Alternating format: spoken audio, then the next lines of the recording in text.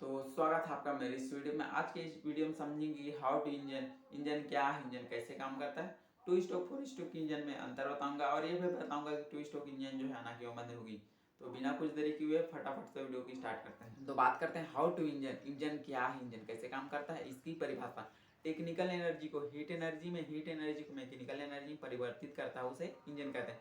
ये जो है 3 प्रक्रियाओं से होकर के पूरा होती है। पहला टेक्निकल एनर्जी। टेक्निकल एनर्जी में टंकी से होते हुए फ्यूल कार्बोरेटर में आता है। कार्बोरेटर में एयर और फ्यूल का मिश्रण होने के पश्चात वही हेड में चला जाता है, तो हमारा टेक्निकल एनर्जी जो है समाप्त हो जाए। उसके पश्चात हीट एनर्जी शुरू हो जाते हैं।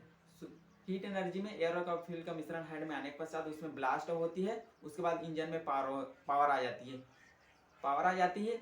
उसके बाद हमारा हीट एनर्जी जो है समाप्त हो जाता है, मैकेनिकल एनर्जी शुरू हो जाता है। इंजन में पावर आने के पश्चात वही व्हील में परिवर्तित हो जाती है।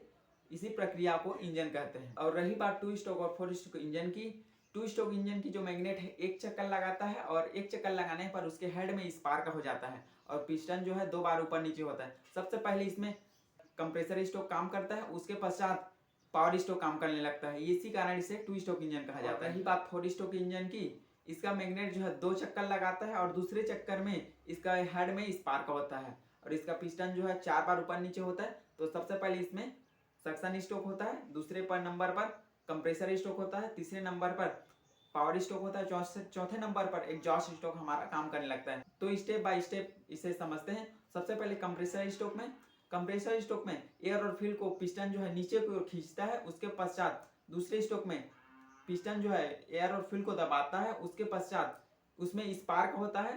तो तीसरे स्ट्रोक में स्पार्क होने के पश्चात हमारा तीसरा स्ट्रोक काम करने लगता है, पावर स्ट्रोक। तो पिस्टन जो है नीचे आने लगती है। उसके पश्चात ब्लास्ट होने के पश्चात उसमें कार्बन कचरा रुका हुआ होता है, उसे एग्जॉस्ट स्ट्रोक के जरिए से सिलेंसर के माध्यम से बाहर कर दिया जाता है।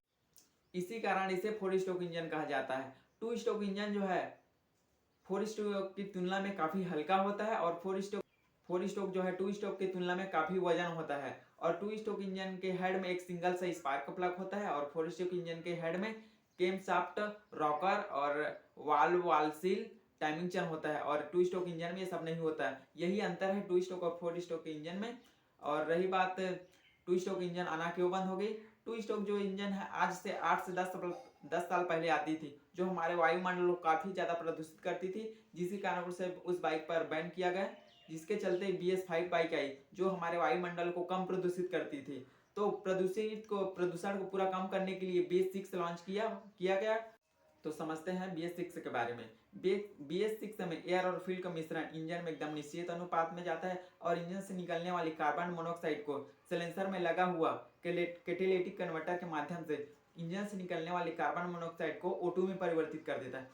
O2 में परिवर्तित करने के बाद हमारा वातावरण जो है एकदम प्रदूषित नहीं होता है। इसी कारण है टू स्ट्रोक इंजन से फोर स्ट्रोक में BS6 बाइक जो है लॉन्च किया गया है। तो वीडियो करते हुए हमें यहीं पर and. Thanks for watching my video.